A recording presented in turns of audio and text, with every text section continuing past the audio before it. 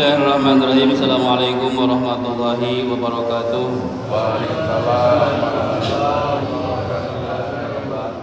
Alhamdulillahirabbil alamin wa bihi nasta'in wa la umuri dunya wa din wa salatu wa salamu ala asyrafil anbiya'i wa mursalin wa ala alihi wa sahbihi ajma'in, amma ba'd.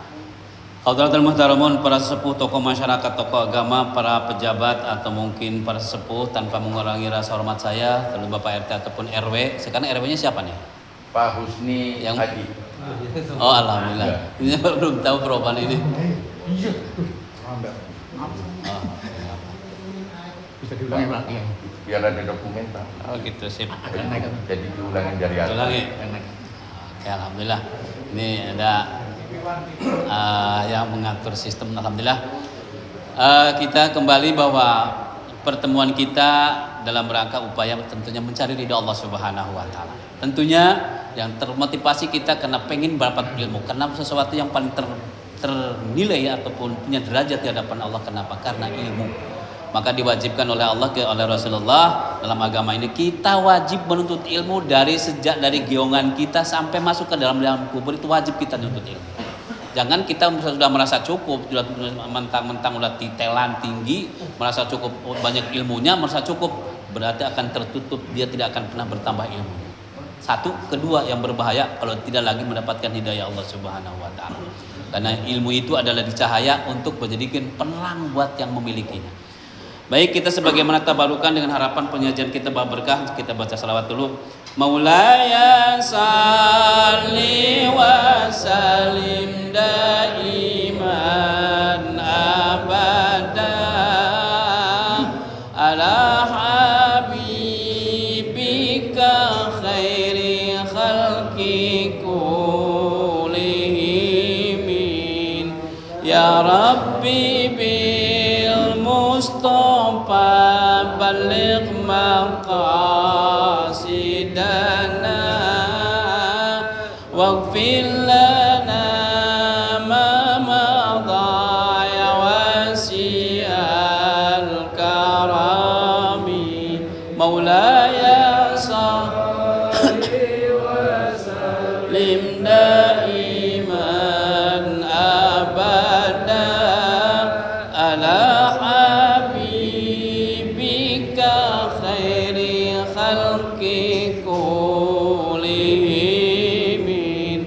الحسن ثم الحسين لنبي قرة العين نورهم ككوكب جدهم صلوا عليه مولاي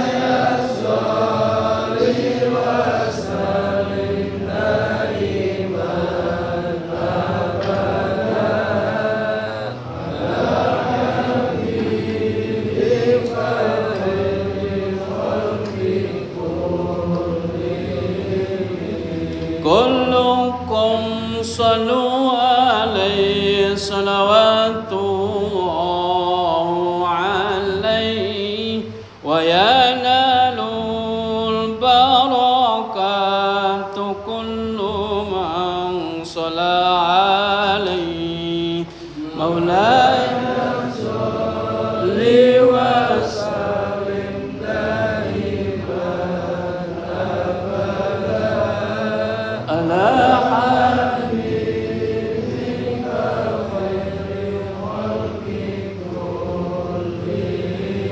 Allahumma salli wa sallim wa barik alaihi.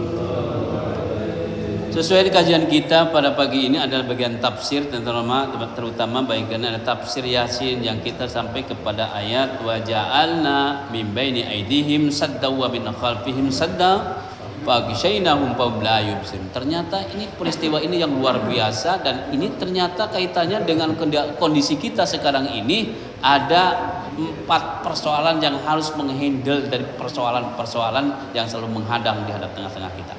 Kenapa kita kemarin membahas tentang masalah berkaitan dengan aku telah menjadikan di antara mereka ini, kata Allah, sadan. Sadan itu artinya tembok atau penghalang ataupun benteng. Nah ini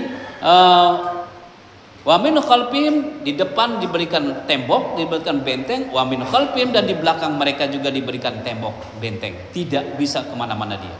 Fa'aghshaynahum, sementara aku menutup mereka itu, fahum, mata mereka, fahum la yubsirun, mereka tidak bisa melihat. Ketika Rasulullah akan keluar dari rumah dengan menaburkan debu dengan bacaan ayat ini, ternyata mereka tidak melihat Rasulullah keluar dengan Abu Bakar. Nah, ini adalah satu peristiwa ini yang luar biasa dan ternyata memberikan pelajaran kepada kita. Kita kemarin membahas tentang hal ini berkaitan dengan 4 persoalan. Pertama adalah psikologi yang berkaitan dengan kebiasaan atau mental kita sendiri. Kedua adalah berkaitan dengan finansial. Hidup kita ini akan akses dan kita akan berjuang, akan punya nilai kita di hadapan Allah ketika ditopang oleh 4 persoalan ini. Apa tadi itu? Pertama adalah psikolog, kedua adalah dengan finansial, yang ketiga ini kita akan membahas tentang masalah political will adalah mempersiapkan diri menjadi seorang political will. Artinya bagaimana? Persiapan dengan ilmu pengetahuan. Cuma kalaupun kita bukan seorang pejabat, bukan seorang pemimpin, paling tidak kita harus mempersiapkan diri kita ada sebagai pemimpin. Kenapa? Karena dalam hadis Rasulullah menyatakan bahwa setiap kita itu adalah pemimpin. Ya, jadi pemimpin bangsa, ya pemimpin negara, ya pemimpin lingkungan, RT ataupun RW, ya pemimpin keluarga, paling tidak adalah pemimpin buat diri kita sendiri. Nah, kita bisa berbicara kalau kita tidak sanggup untuk membimbing atau membina, menjadikan seorang pemimpin untuk diri sendiri, tidak bisa. Bagaimana lagi kita akan memberikan contoh, memberikan pemimpin kepada orang lain? Maka ini akan dipertanyakan. Maka yang jadikan modalnya apa, Pak? Kata Nabi mengatakan, man aroda dunya fa alaihi bil ilmi. Barang siapa yang menghendaki dengan urusan dunia, maka paling tidak konsepnya adalah ilmunya dulu itu kunci. Saya pengen berhasil urusan akhiratnya bahagia. Bagaimana? Dengan ilmi, kata Nabi, adalah dengan kuncinya dengan ilmu pengetahuan. Waman aradahuma, barang siapa yang menghendaki dengan dunianya sukses, akhiratnya juga sukses, bahagia dunia, bahagia akhirat, dengan apa? Bi ilmihima, dengan ilmunya kedua-duanya. Nah, ini artinya ini konsep. Anda konsep ini kita harus menghadapi satu kenyataan hidup ini dengan konsep ini. Nah, kenapa kita harus menyatakan di konsep ini? Ini Rasulullah yang menyatakan ini. Nah, kalau ini Rasulullah dalam kejadian peristiwa ini sangat luar biasa ini, artinya ini bukan zaman-zaman Rasulullah saja. Ternyata ini zaman-zaman kita sekarang pun banyak. Kenapa? Yang membentengi kehidupan kita untuk tidak berbuat baik, untuk tidak bisa berjuang, tidak bisa beribadah. Kenapa? Karena ada 4 persoalan yang harus kita backing dalam kehidupan ini. Dulu zaman Rasulullah adalah penghalangnya ada karena siapa? Abu Jahal sebagai rajanya yang menentang dengan Rasulullah itu sebagai pembawa risalah, sebagai utusan Allah Subhanahu wa taala. Maka kalau sekarang ini peristiwa tersebut itu digambarkan dalam kehidupan sekarang ini, berarti kita harus mempersiapkan dengan 4 persoalan. Yang ketiga ini kita akan membahas tentang masalah waman aradal dunya palih bil ilmi, waman aradal akhirah palih bil ilmi, waman aradahuma palihima bil ilmi, dengan ilmu pengetahuan. Maka pantas kalau Rasulullah itu mewajibkan kita harus belajar ilmu dari sejak kita digiong dari ibu kita sampai kita akan masuk ke dalam liang kubur, itu kewajiban kita. Kalau kita hidup ini sudah merasa dengan punya ilmu karena punya titel, insya Allah tidak akan bertambah ilmunya. Dan berbahayanya lagi, ilmunya tinggi tapi tidak dapat hidayah Allah Subhanahu wa taala, kadang-kadang adalah muncul adanya arogan. Ini yang berbahaya, Pak. Ya, kenapa? Logisnya tentunya ya agamanya kuat, ilmunya tinggi. Karena itu, kenapa? Dalam satu ayat Allah menyatakan, hal yastawil ladina amanu waladina hal yastawil ladina ya'maluna waladina la ya'lamun.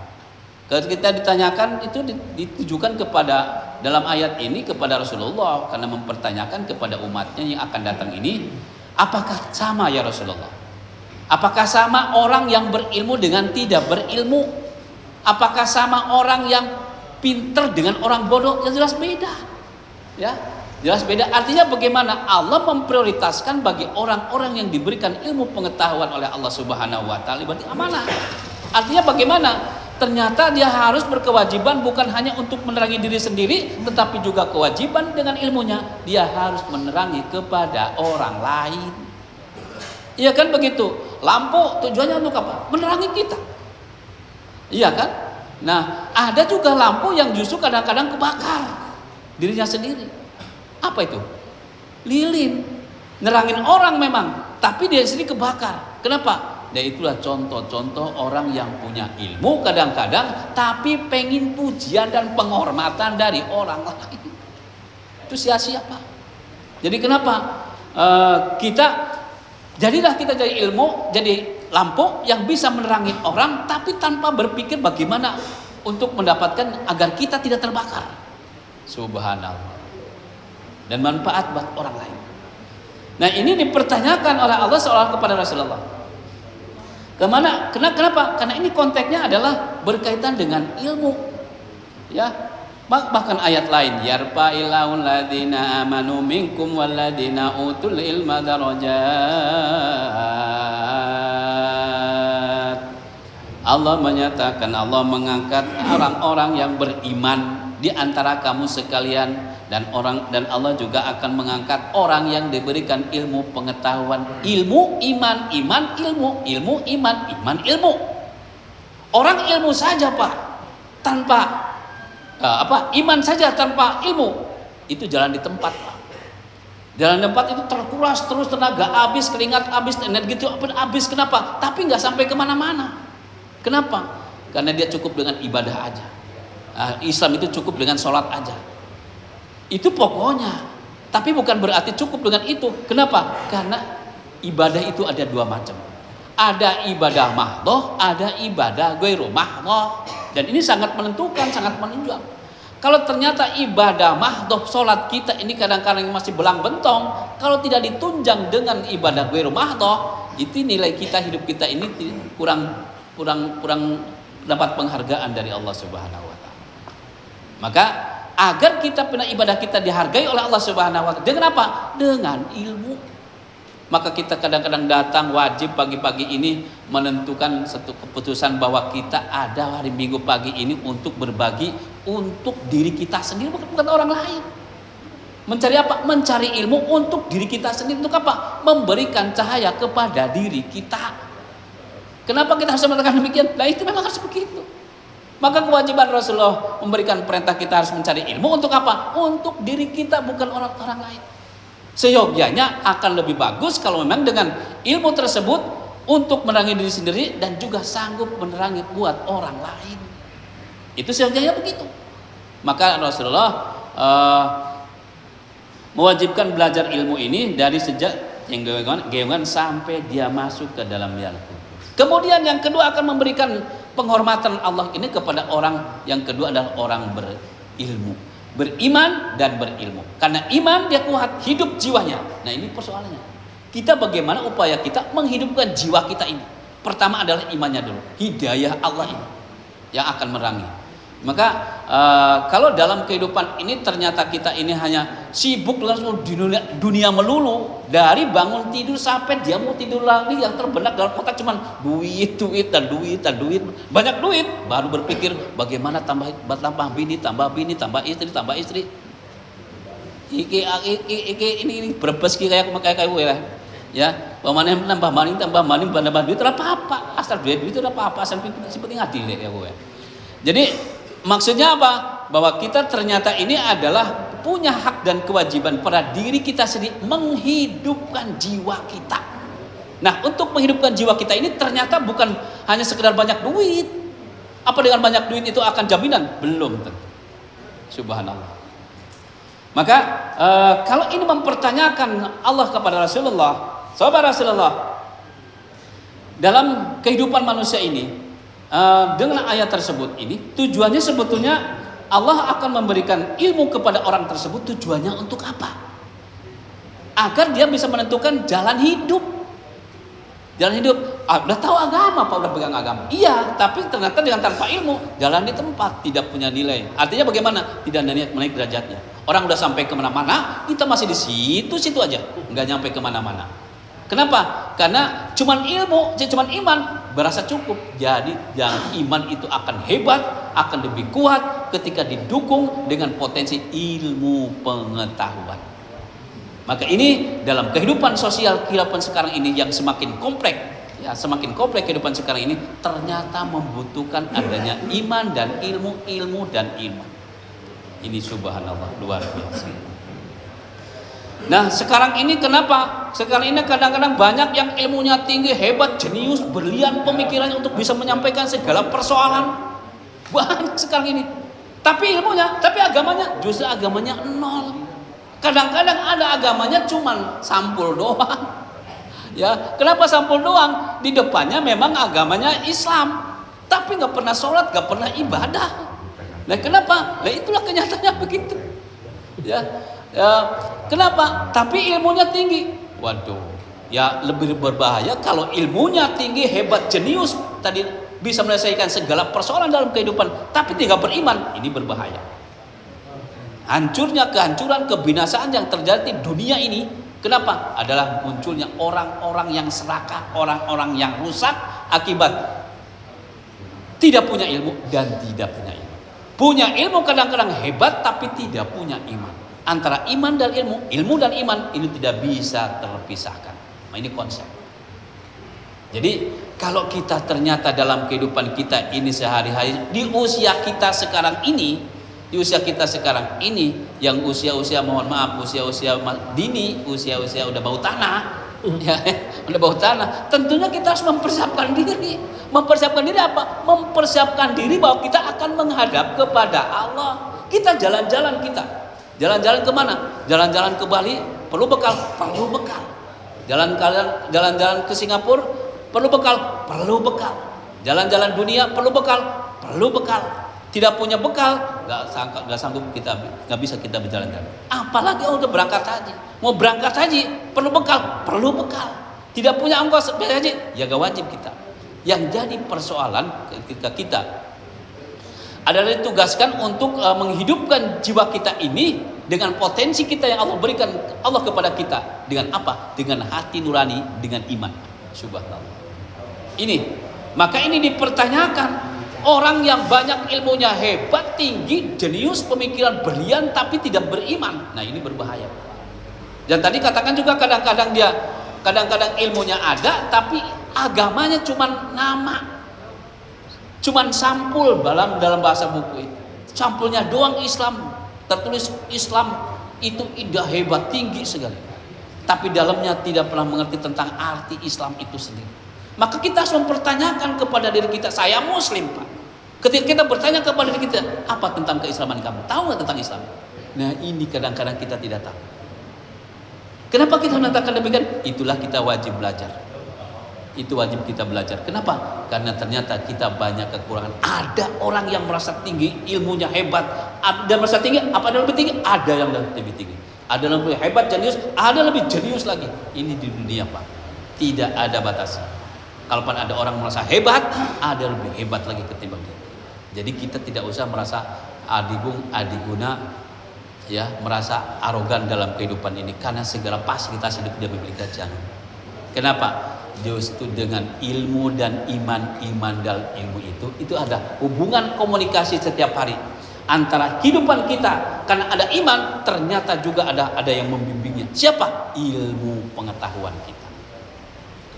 Dengan ilmu pengetahuan kita mengarahkannya siapa? Rajanya. Siapa rajanya? Hati nurani. Ketika kita menghadapi satu kenyataan sekarang ini, ya, menghadapi satu kenyataan ini, ketika dipertanyakan dalam kehidupan sekarang yang semakin kompleks, semakin maju dunia ilmu pengetahuan sekarang ini, semakin kompleks persoalan itu muncul di tengah-tengah kehidupan ini.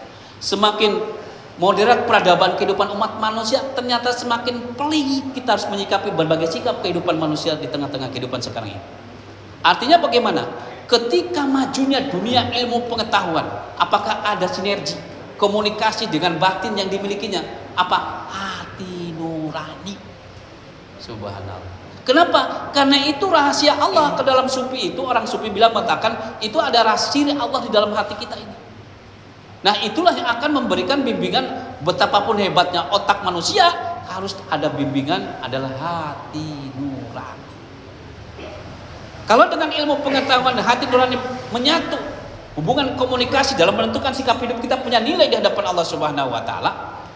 Nah, ini kalau kita memang sanggup demikian, kita sanggup menentukan demikian dalam kehidupan ini, lantas kita bertanya, apakah dengan dua persoalan ini tidak sanggup menyelesaikan segala persoalan-persoalan yang menghadang di tengah-tengah kehidupan kita, atau justru hidup kita itu sendiri adalah merupakan bagian daripada persoalan yang sering kali menjadikan beban penderitaan buat kehidupan orang lain. Nah, kalau kita berpikir hidup kita sendiri sudah tidak bahagia, tapi sering memberikan beban kepada orang lain, sedangkan memberikan penderitaan kepada orang, menyusahkan kepada orang lain, kita berpikir, ya Allah, lantas kapan saya ini pengen bahagia hidup walaupun saya tidak punya apa-apa, akan bisa tentram, tenang, bahagia walaupun tidak punya apa-apa. Ya Allah, bagaimana caranya? Nah, terlalu berpikir demikian. Orang ternyatanya banyak orang yang tidak punya apa-apa ternyata kelihatan bahagia, tentram dan damai. Yang banyak hartanya justru berlimpah, kita tidak pernah bahagia. Kenapa? Bahkan banyak tersiksa hidupnya dengan hartanya sendiri. Ya Allah. Nah, ini persoalannya. Nah, maka kita harus berbicara, kalau kita belum siap untuk bisa membahagiakan diri kita sendiri, berarti potensi yang Allah berikan kepada kita belum seutuhnya dapat melaksanakan dan memanfaatkannya buat manusia, buat mengangkat diri kita sebagai makhluk yang paling termulia di hadapan Allah Subhanahu wa taala. Subhanallah. Nah, ini selanjutnya, ketika ayat ini turun, karena ini berkaitan dengan tafsir. Ketika ayat ini turun, ilmu agama kadang-kadang orang hebat, tapi kadang-kadang diperankan sebagai dalam politik, agama, politik. Ini persoalannya, kita yang paling terpenting apanya dulu? Agamanya dulu.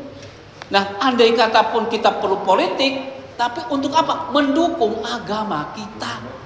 Ini kadang-kadang orang berpolitik, agamanya dijual untuk kepentingan politik. Kepentingan apa? Kepentingan dunianya. Ini persoalan, Pak. Maka ketika kita berbicara antara ilmu dan iman dan ilmu itu harus menyatu menjadi satu jiwa dalam kehidupan kita ini. Kenapa? Agar hidup kita ini betul-betul punya nilai. Berbicaranya demikian. Kenapa? Karena hidup kita ini sebentar lagi akan menghadap Allah. Itu akan dipertanyakan. Kamu kasih usia panjang bertahun-tahun, sekian puluh tahun, apa hasil kamu? Kan begitu. Mana ibadah kamu?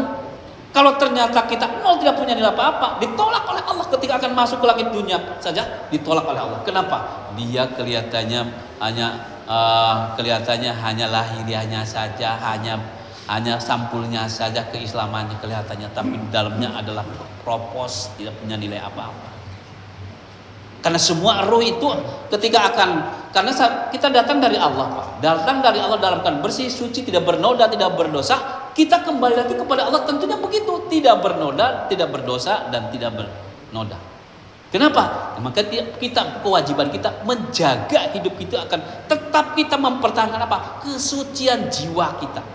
Nah, karena kita akan berhasil, hasilnya apa untungnya? Nah, hasil dan untungnya adalah bagaimana kita berhasil menjadi orang bertakwa. Itu hasilnya.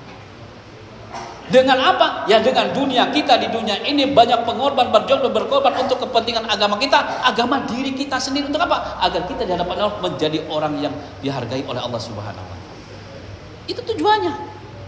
Nah, kalau kita tidak berpikir demikian, jadi dalam hidup kita cuma ya jalan di tempat terus, kita tidak nilai-nilai tambah derajat kita di hadapan Allah Subhanahu wa taala. Nah, ini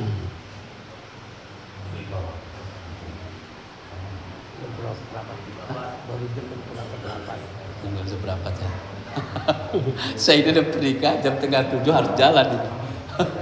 Mau nggak mau jam 7 harus jalan, karena perjalanan itu nggak apa-apa. Tapi kalau mohon maaf ya Pak ya, kalau saya tidak ada ikut musafahah dan Anda tidak tanya jawab, karena ini sempit waktunya ini.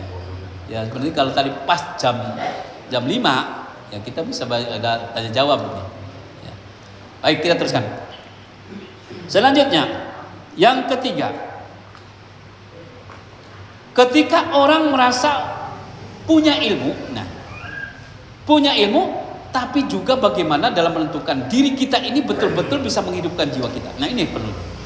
bisa menghidupkan jiwa kita ini dengan apa? Ilmu dan iman, iman dan ilmu. Iman saja belum tentu. Paling pokoknya memang iman, iya hidup tapi tidak punya nilai. Nah, dengan akan punya nilai derajat yang berlipat di hadapan Allah Subhanahu wa taala. Kenapa? Karena dengan ilmu pengetahuan.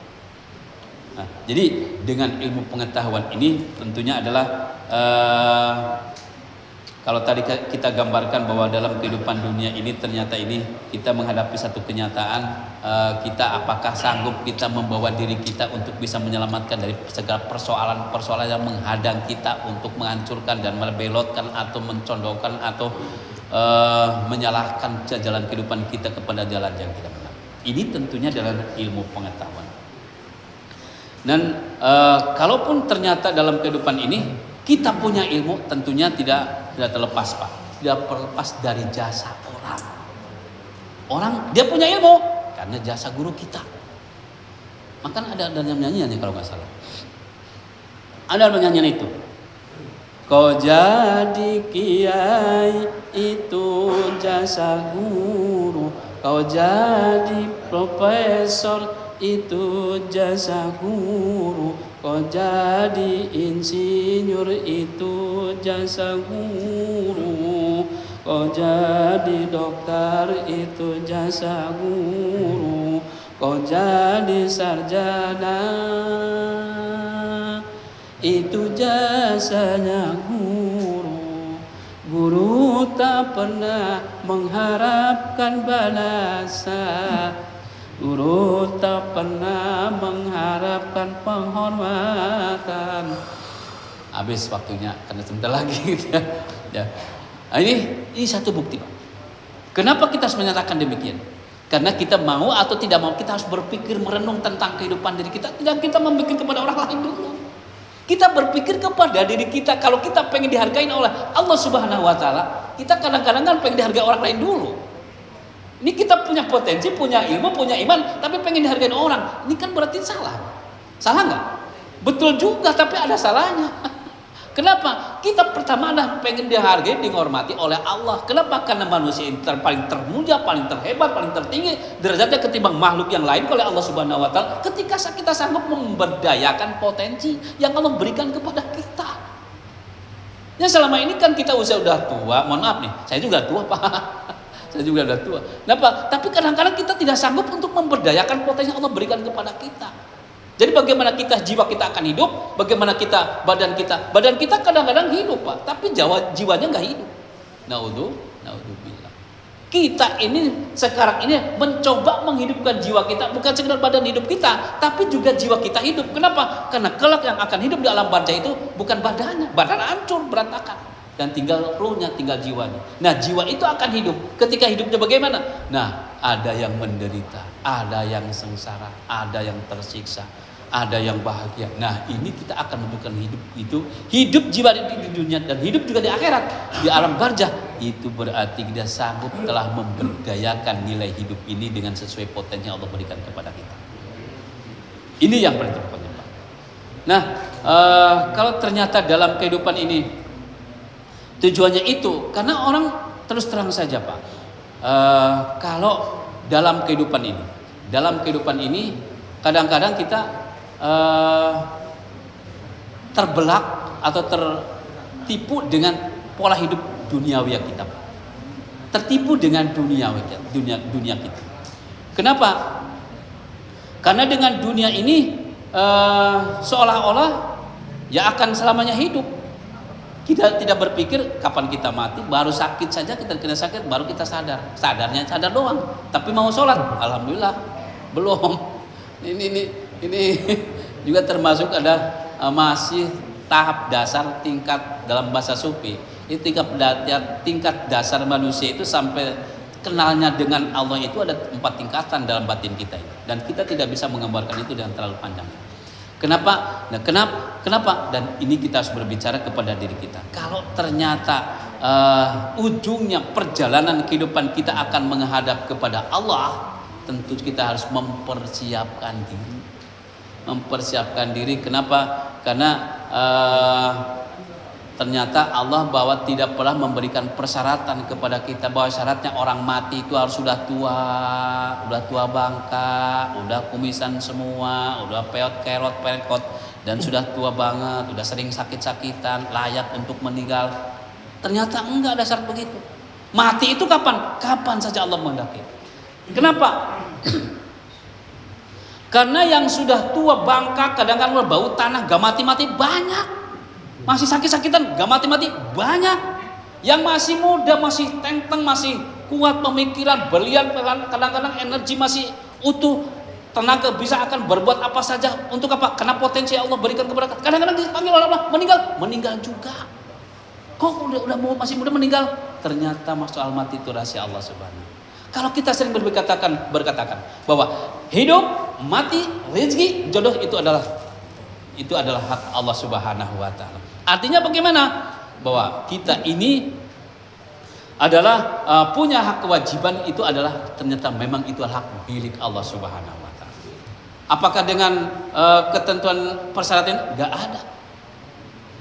Nah, kalau saja kita tahu tentang hal itu, tentunya kita menyadari tentang kematian itu tidak mengetahui tentang tidak ada persyaratan dalam kematian itu. Maka tentu kita harus mempersiapkan diri agar hidup ini ujungnya dalam kehidupan kita membawa satu nilai yang dia akan dihargai oleh Allah, dihargai oleh sesama kita semua. Masya Allah. Matinya orang kehilangan, tidak adanya orang kehilangan. Subhanallah. Itu orang. Bagaimana dengan Allah?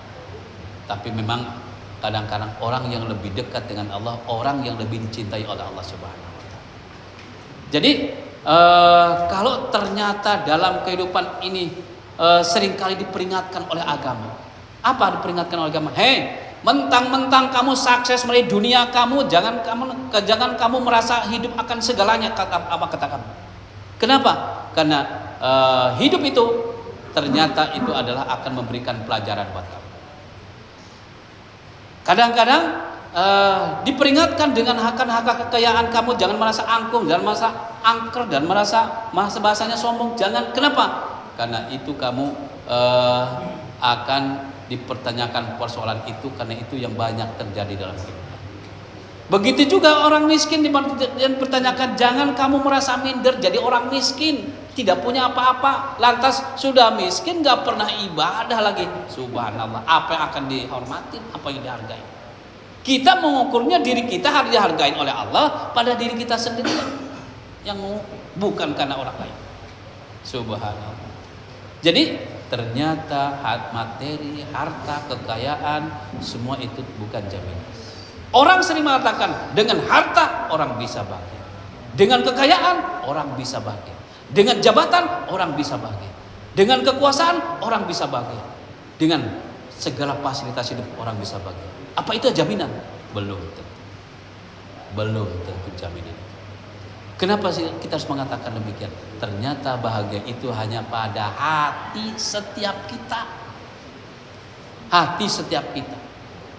Betapapun ilmunya tinggi, kalau hatinya tidak menerima tentang kebijakan atau ketentuan dari pemikirannya sendiri, itu akan berlawanan. Antara hati dengan ucapan, dengan perbuatan akan berbeda.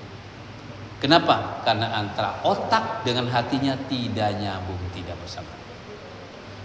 Kalau Allah memberikan kebahagiaan kepada orang yang dikehendakinya kepada hatinya, kenapa? Karena dengan potensi yang Allah berikan. Bagaimana dong kalau begitu? Maka Allah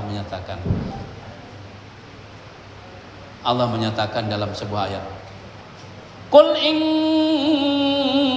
kuntum tuhibbunallaha fattabi'uni yuhibbukumullah yaghfir lakum dzunubakum innallaha ghafurur rahim.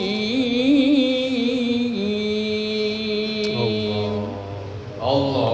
Kata Allah, Qul, katakan Muhammad kepada umat kamu, in kuntum tuhibbunallah, jika kamu mencintai Allah, katakan kepada mereka, jika kamu mencintai Allah, tuhibbunallah, maka Allah akan mencintai kamu. Loh, kalau Allah mencintai kita bagaimana caranya? Itu hak Allah. Pertama dengan apa? Yaghfir lakum dzunubakum, pertama akan mengampuni dosa-dosa kamu sekalian. Innallaha ghafurur rahim. Allah. Sesungguhnya Allah Maha mengampun lagi Maha penyayang. Subhanallah. Jadi ini kita cinta kepada diri kita. Tentunya bagaimana upaya kita cinta kita kepada Allah.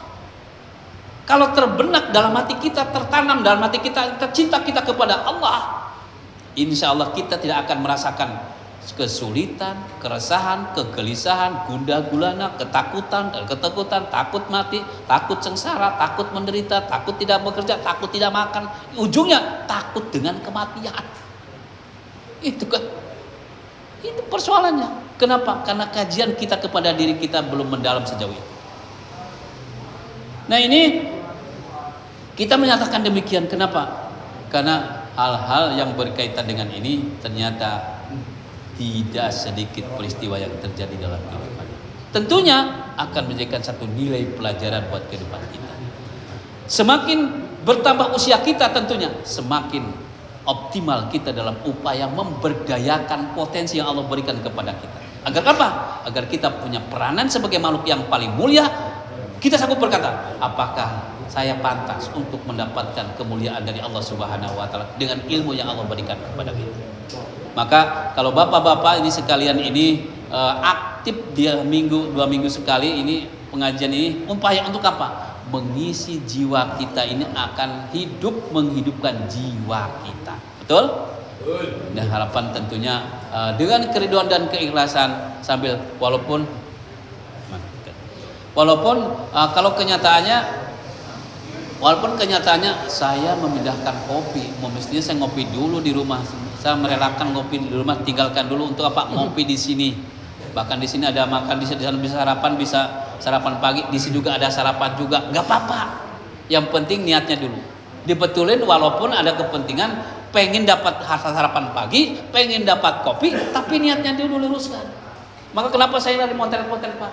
Pengen mengetahui mana ini orang-orang yang layak. Kan kata Nabi itu akan memberikan syafaat kepada umatnya. Termasuk orang-orang ada yang punya jamaah itu akan memberikan syafaat. Termasuk siapa? Guru sama muridnya. Itu akan memberikan syafaat. Maka saya pengen melihat ketika ditanya, itu absen. Siapa? Oh, ada Pak Andi. Bagaimana Pak Andi kegiatan Majelis Taklim? Alhamdulillah Pak. Seperti tanya malaikat, apakah dia calon masuk surga? Masuk surga. Cuma nomor keberapa nanti gitu.